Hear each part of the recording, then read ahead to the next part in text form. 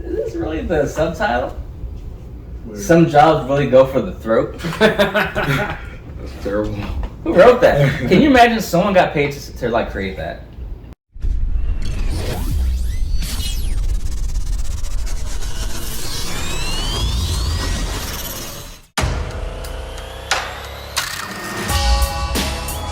It's gonna be a hot one in Los Angeles. So what's on the agenda today? Close your eyes, my son. My eyes are closed. Like every day. What are you doing in my room? Alright everyone, welcome back to Gamerbloo. This is Wyatt again.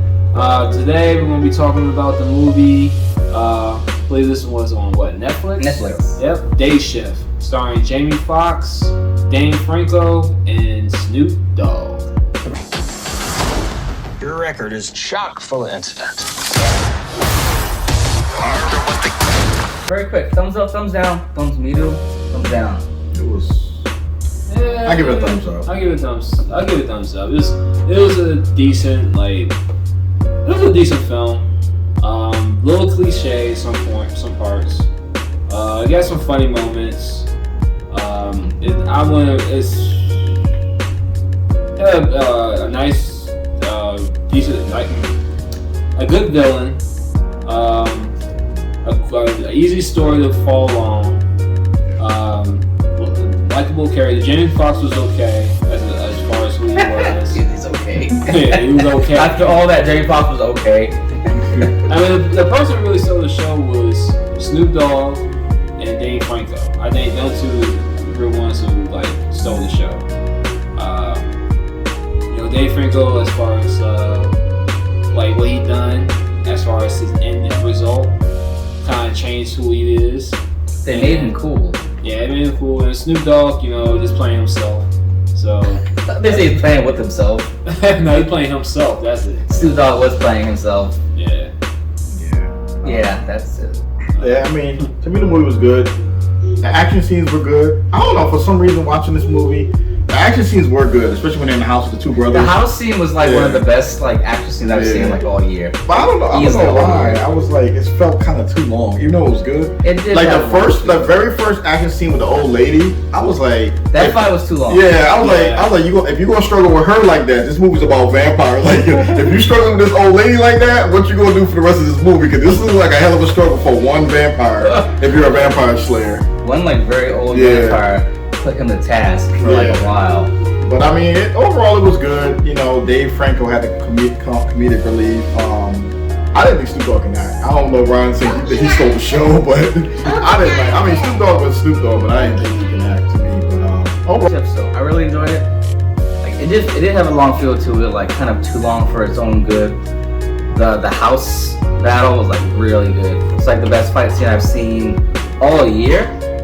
It was very well done. It was long. It had some pretty kind of insane martial arts moves. Completely kind of breaking the suspension of disbelief. But that's fine. It was incredibly stylish. But it had with those two brothers. Those are I know one of them is a well-known kind of action movie star. I think his name is Scott something. But once I didn't recognize him when I saw the scene, but then when I looked into it later, I was like, oh, that's him. It's I know he can do pretty insane stuff. So that was really nice.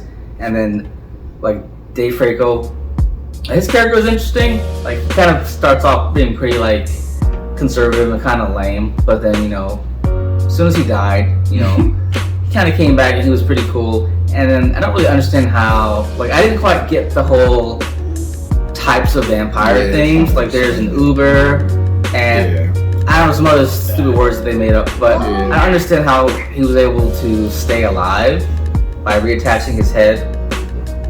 you say you don't understand? Yeah, I guess that I assume it's because of the type of vampire he is, whereas the kind of elder woman at the end, she died. And so they try to give him, he tried to talk about it quickly. So yeah, they glossed over that detail, but I feel they just they created the classification for vampires and didn't really dive into it. I guess maybe with the intentions that this can be more in one movie, to where they might dive into it more later. But and this storyline with like Jamie Foxx and his wife, like her not knowing he's a vampire hunter. Oh, pretty awful. Like that whole interaction was just like not good. Like it was like, despite how like in Samaritan, like I appreciate like an old kind of methodology for a story and like kind of oldness to it.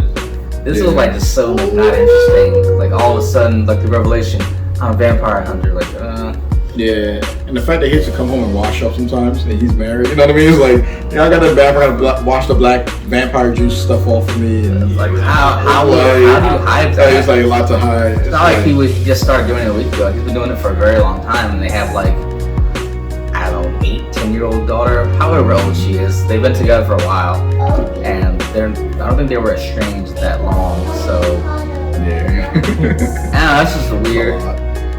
That was weird. And then there was this. I feel like I was watching it all at once, but then I feel like I must have missed something to where Jamie Foxx felt like betrayed by that woman who lives beside him when they only interacted like barely once.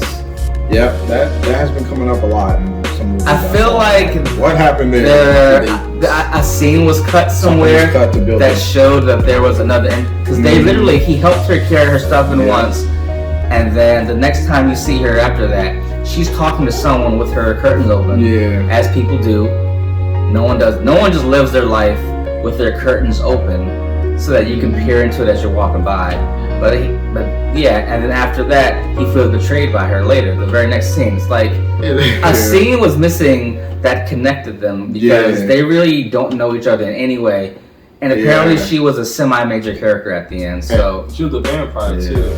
Yeah, she's a special type of vampire who had a relationship. I mean, she's like right there on the cover. So obviously there was a scene cut that it completely interrupted the film. Like when he felt betrayed by her, I was like, where's this from? Like the only connection I can see is like she was talking to that black guy in the room that was clearly a vampire, and I thought Jamie Foxx saw the guy like, oh, that's a vampire if I ever seen one. And so later on, he's like, you know what? I think you snitched and told that guy that I was a vampire slayer. That's the only connection I can see. Is Jamie Foxx walking by like, oh, she's clearly talking to a vampire. I hope she don't say anything to him.